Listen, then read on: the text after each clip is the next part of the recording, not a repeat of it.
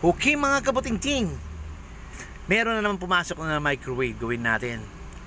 Para malaman natin ang problema niya, siyempre kailangan plug-in muna natin ang ating microwave.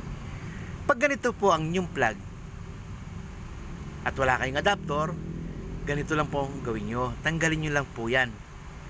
Wala pong problema yan mga kabuting-ting, kahit tanggalin po nyo yan, walang kaso yan.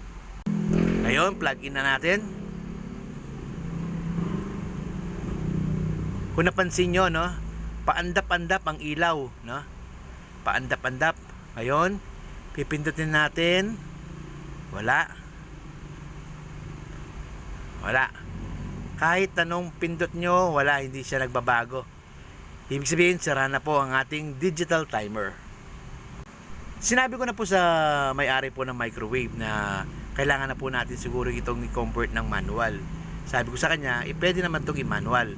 At gagamit po tayo ng oven timer. Yan po ang ginagamit ko pag nagko-convert po ako ng microwave. Mas maganda po kasing gamitin niya mga puting-ting. Mataas po kasi ang ampere ng oven. Pang oven po talaga yan, no? Talagang ginagamit po talaga yan sa mga appliances na umiinit. Bago po tayo mag-manual ng isang microwave, alamin muna natin yung mga gamit niya kung umaandar ba o hindi. Mas maganda kasi malaman natin na umaandar bago po natin siya i-manual. Ngayon, ituturo ko sa inyo kung paano ba malalaman kung okay ba ang gamit ba ng microwave na ito. Ang pinaka-importante sa microwave na gamit ay itong ating transformer. Kasi yan po yung nagbibigay supply sa ating magnetron. Kung wala pong power yan, ang ating transformer, hindi po iinit ang ating microwave. Kasi po siya nagbibigay ng supply sa ating magnetron, mga puting-ting. Ito po ang magnetron. Mabuting yan po ang umiinit. Paano po malalaman na umiinit? Tanggalin muna natin yung linya ng ating transformer. Dalawa po yan mga puting-ting. Tapos lalagyan po natin ng supply yan, 220 volts. Tabi muna natin yung tinanggal nating linya ng ating transformer. Kasi gagamit po tayo ng AC cord. Yun po ang gagamitin po natin pang test mga kabuting-ting. Ito po ang ating AC cord. Kailangan din po natin alamin kung umaandar ba ang ating AC cord. Ipagsama lang po natin yung dalawang dulo. Tapos plug in natin sa aking tester. Pag umilaw po yan, ibig sabihin okay po ang ating AC cord. Hindi po siya umilaw. Pag yan po yung gagamitin po natin, talagang hindi po iinit ang inyong microwave. Kasi sa AC cord pa lang, hindi na po siya umaandar. Ngayon, kuha pa tayo ng isa pang AC cord. Ngayon, ipagsasama lang natin yung dalawang dulo. Ngayon, plug in natin sa aking tester. Ayun, umilaw na. Ibig sabihin, okay na ang ating AC cord. Yan po ang gagamitin po natin pang test sa ating microwave. Kung saan po natin tinanggal yung linya kanina, dyan po tayo maglalagay ng AC cord. Kahit magkabaliktaran sa AC cord dyan, yung mga line niya, walang problema. Kasi kahit saan dyan, 220 volts pa rin po ang papasok sa transformer na yan. Nalagay na po natin yung AC cord, no, sa ating transformer. Ngayon, plug in muna natin sa aking tester kung okay yung connection. Good. Maganda ang connection ng ating AC cord sa pagkakalagay sa ating transformer. Ngayon, bago po natin siya i-plug in, siyempre maglalagay muna tayo ng tasa na may tubig para malaman natin kung umiinit ba ang microwave na ito. Ngayon, pwede na po natin plug in ng 220 volts ang ating transformer. Pag meron na pong source ng 220 volts ang ating transformer, meron po kayong konting marinig na konting ugong. Ibig sabihin, umaandar po ang ating transformer at siya po nagbibigay ng supply dyan po sa ating magnetron. Bibigyan lang po natin konting oras para malaman natin kung umiinit ba. Kahit hindi po umaandar ang ating electric fan na yan, no? Okay lang yan. Kasi ang electric fan na yan, tulong lang po para hindi mag-overheat ang ating magnetron. Okay, unplug na po natin. Ngayon, tingnan natin yung tasa. Kung umiinit ba yung tubig. Okay, umiinit. Pwede na po siya. Ibig sabihin, pwede na po itong i-manual. Kasi okay po ang gamit niya.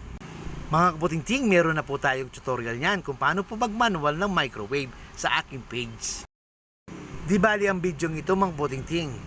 Tinuro ko lang po sa inyo kung paano paandarin ang mga gamit ng microwave bago po ito i-manual. Ito po ang finished product natin mga kabuting-ting. Naglagay po ako ng sticker. Kasi po 15 minutes po ang ating oven timer sa kanyang maximum. Mas maganda may ganito mga putingting para malaman natin kung ilang minutes po natin siya ipipihit. Para po hindi mahirapan ang ating customer sa kanyang pagpihit ng timer. Ngayon, plug in na natin sa aking tester. Tapos timer na natin. Ayun, putingting, umilaw. Ibig sabihin, okay na po ang pag-manual po natin. Maganda po itong tester kung ito mga putingting. Pag sinaksak nyo rito, malalaman nyo kung okay pa ba ang inyong appliances o hindi. Pag umilaw, ibig sabihin okay. Pag hindi umilaw, ibig sabihin may konting problema. Okay, subukan na natin. Maglagay tayo ng tasa. May tubig din niya mga putingting, no? Para malaman natin kung may init ba o hindi. Sa ating ginawang pag-manual, plug in na natin. Naka-minuto lang po yan ng 1 minute. Paalala nga pala mga putingting, pag pinihit nyo po ng clockwise ang ating timer, huwag nyo pong ipipihit counterclockwise, yung huwag nyo pong ibabalik, baka po masira ang ating timer. Kung sa palagay nyo na mainit na, huwag nyo pong papatayin sa ating timer. Unplug nyo po ang inyong microwave. Yun po ang tamang paggamit mga kabutingting. Ngayon mga kabutingting, antayin lang po natin na matapos ang ating timer. Ginawa ko po itong video ito na walang cut para malaman po natin kung okay ba ang akin na manual. Ang mga oven timer mga putingting, nakadesign po yan na may bell para pag nag-off na, tutunog po ang ating oven timer.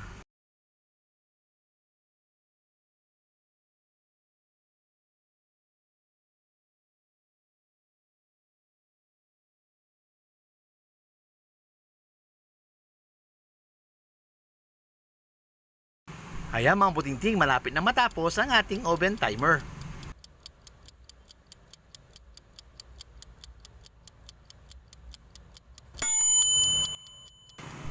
Okay mga putingting, ulitin ko po, no? May ginawa na po tayong tutorial nito kung paano po mag-convert ng microwave digital to analog. Hanapin nyo lang po sa mga videos po natin sa aking page. Okay, tingnan na natin kung mainit na ba. Okay, umuusok-usok na. Ibig sabihin, okay na po ang ginawa po natin pagmamanual ng microwave na ito. Bago po kayo magmanual mga putingting, no? Para hindi po kayo mapagod, alamin nyo muna, no? Kung umaandar ba yung mga gamit ng minamanual po ninyong appliances. Okay mga putingting, hanggang dito na lang po tayo. Maraming salamat po sa panonood. God bless po sa ating lahat.